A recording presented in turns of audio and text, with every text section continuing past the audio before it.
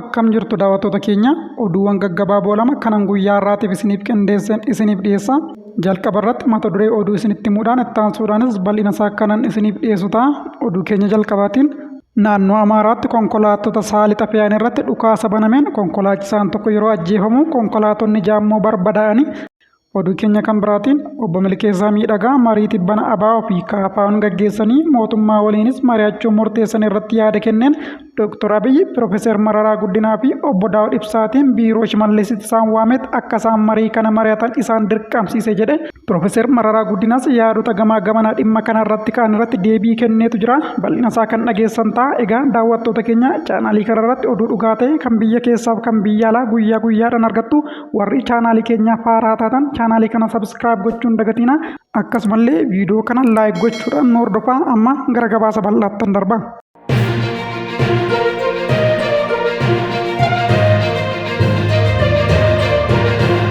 Oduu keenya jalqabaatiin naannoo Amaaraatti konkolaattota saalixa fe'an irratti dhukaasa banameen konkolaachisaan tokko ajjeefame konkolaattonni jaammoo barbadaa'anii.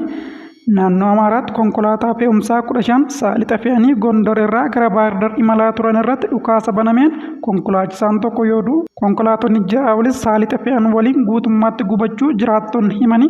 Jiraataan nageenya isaaniif jecha maqaan isaanii akka hin dhaamne gaafatan tokko Addis Istaandarditti akka himanitti haleellaan kun jimaata darbe gurraandhala 28 bara 2025 ganama naannoo sa'aatii 3tti naannawa Xaaraa Gadaam jedhamutti kan raawwatame ta'uu himanii.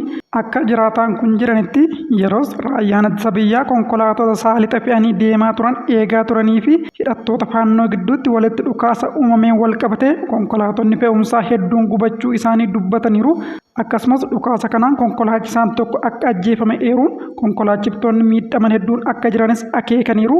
Haa ta'u malee lakkoofsa konkolaachiftoota miidhamanii fi hospitaala kam keessatti yaalamaa akka jiran hin ibsine. Jiraataan Addis Istaandardiif yaada kenne kan biraas haleellaan kun raawwatamuu mirkaneessaniitu jiru. Haleellaan kun jimaata darbe raawwatame.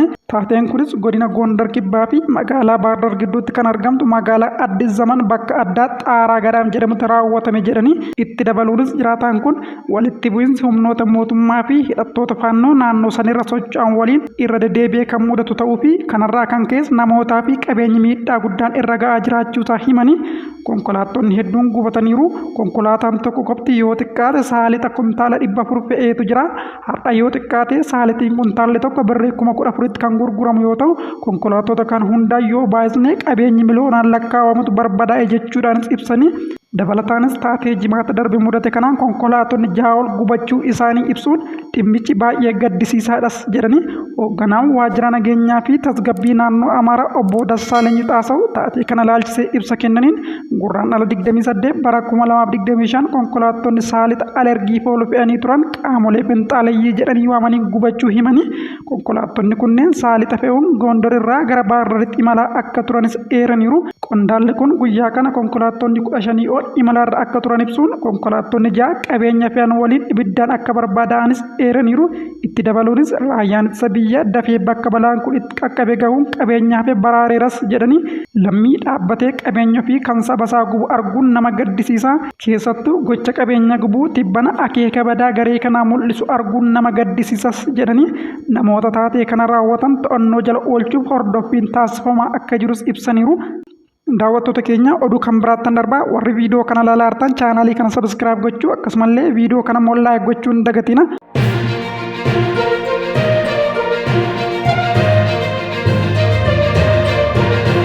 Oduu keenya kan itti aanuun obbo Milkeessaa Miidhagaa marii tibbana ABO fi KFO'n gaggeessanii mootummaa waliinis mari'achuun murteessan irratti yaada kenneen Dr. Abiyyi Piroofeesar Mararaa Guddinaa fi obbo Daawud Ibsaatiin biiroo Shimalleesitti isaan waametti akka isaan marii kana mari'atan isaan dirqamsiisee jedhe.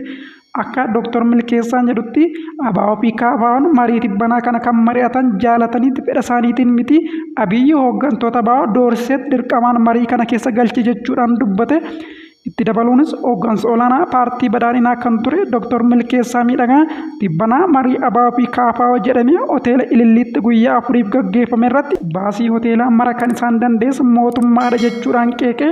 Erga ABO fi KFO'n marii kana eegaluu isaanii ifa godhanis qaamoleen garaagaraa miidiyaaleenii fi hayyoonni Oromoo qeeqa garaagaraa kaasuu isaanii hordofee Piroofeesar Mararaa Guddinaa Kuush Miidiyaa Neetwoork irratti dhiyaachuun gaaffii fi deebii taasise keessatti marii kana KFO fi ABO'n dirqamaniit yookiin doorsifamaniit eegalan kan jedhu waan dhugaarraa fagaatedha jedhan. Dabalataanis Piroofeesar Mararaan nuti mootummaa waliin mari'achuuf kan murteessine mootummaa kana guutummaatti amanneet miti garuu carraan kun erga argameetii ni yaalla jenneetidhas jedhanii. Dabalataanis Piroofeesar Mararaan marii kana kan eegalle mootummaan beekeetumadha garuu akka qaamoleen tokko tokko jedhan mootummaan humnaan nu dirqamsiiseet miti jedhe.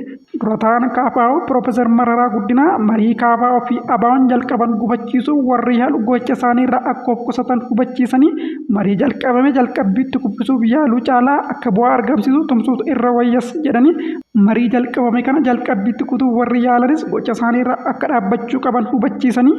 Xiinxalaan siyaasaa obbo Jawaar Mohammadis yaada marii ABO fi KFO ilaalchisuun fuula miidiyaa hawaasaa irratti barreesseen mariidhaan rakkoo Oromiyaa furuun ejjennoo KFO fi ABO ta'us marii ammaa kana mootummaatu harka keessaa qaba jedhe Abiyyi mariin dubbii fixuuf fedhii dhugaa qabaata jedhanii amanuu baatanis dhumaatii Oromiyaa keessatti gaggeeffamaa jiru nagaan fixuuf qaawwi xiqqaanis taatu yoo jiraate yaaluu wayya abdii jedhu qabatanitti paartileen Oromoo itti seenan jechuudhaanis obbo Jawaar Mohammad fuula miidiyaa hawaasaa mataa isaa irratti barreesse. Egaa daawwattoota keenya oduun guyyaa irraaf gabaabsee isiniif dhiyeesse kan hagammaa hordoftanidha. Chaanaalii kanarratti oduu dhugaa ta'e kan biyya keessaa fi alaa guyyaa guyyaadhaan kan argattan ta'a. Kanaafuu chaanaalicha sabiskiraayib gochuu viidiyoo keenya immoo laayik gochuu hin dagatina. Waan waliin turtaniif galatooma. Oduu biraatiin walitti deebinutti nagaan turan.